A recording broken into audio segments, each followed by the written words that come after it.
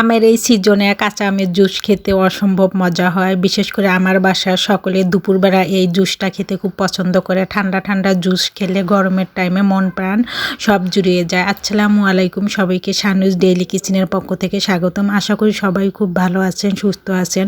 প্রথমে আমি আম গাছ থেকে কিছু টাটকা টাটকা কাঁচা আম পেয়ে নেব। এরকম টাটকা টাটকা কাঁচা আমের জুসটা খেলে কিন্তু অদ্ভুত লাগে। তাই আমি কাঁচা আমগুলো পেরে নিচ্ছি। আর আমার ছাদ বাগান থেকে অনেক পুদিনা পাতা হয়েছে, সেখান থেকে কিছু পুদিনা পাতাও নিয়ে নেব। আপনারা কে কে এই গরমের টাইমে কাঁচা আমের জুস খেতে পছন্দ করেন অবশ্যই কমেন্ট বক্সে কমেন্ট করবেন।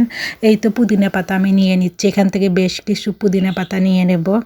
এখন সবগুলো উপকরণ দেখিয়ে দিচ্ছি। এখানে নিয়েছি কাঁচামরিচ, লেবু, টেলে রাখা জিরা, পরিমাণ মতো লবণ। এখন সব কিছু রেডি করে নেওয়া শেষ। এখন শুধু আমি আমগুলো খোসা ছাড়ানো হলে সুন্দর মতো পিস পিস করে কেটে নেব। আমগুলো সুন্দর মতো সবগুলো খোসা ছাড়িয়ে নিচ্ছে। আর গরমের টাইমে আপনারা কে কে কাঁচা আমের জুস খেতে পছন্দ করেন অবশ্যই কমেন্ট বক্সে কমেন্ট করবেন। আমার বাসা তো সকলেই খুব পছন্দ করে, তাই আমরা প্রায় সময় এই জুসটা খাওয়ার চেষ্টা করি। আর কাঁচা আমের জুসে রয়েছে প্রচুর ভিটামিন সি, যা আমাদের শরীরে রোগ প্রতিরোধ ক্ষমতা বাড়িয়ে দেয়। এই তো সব কিছু রেডি। এখন আমি পুদিনা পাতা ছাড়িয়ে নেব, মানে ডাঁটাগুলো ফেলে দেব, পাতাগুলো নিয়ে নেব।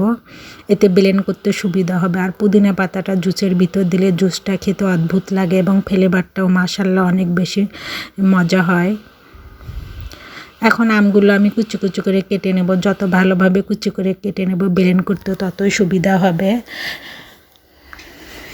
আর জিরাটা দিলে জুসের ভিতরে একটা সুন্দর ফ্লেভার আসে। আপনারা যদি কেউ জিরাটা না খেতে চান তাহলে স্কিপ করতে পারেন।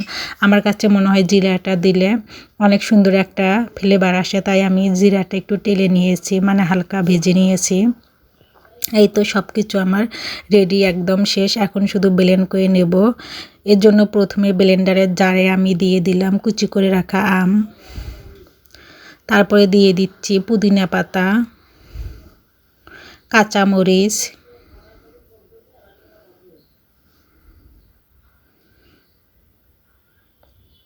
দিয়ে দিচ্ছি তেলে রাখা জিরা, পরিমাণ মতো লবণ, তারপরে দিয়ে দেব চিনি,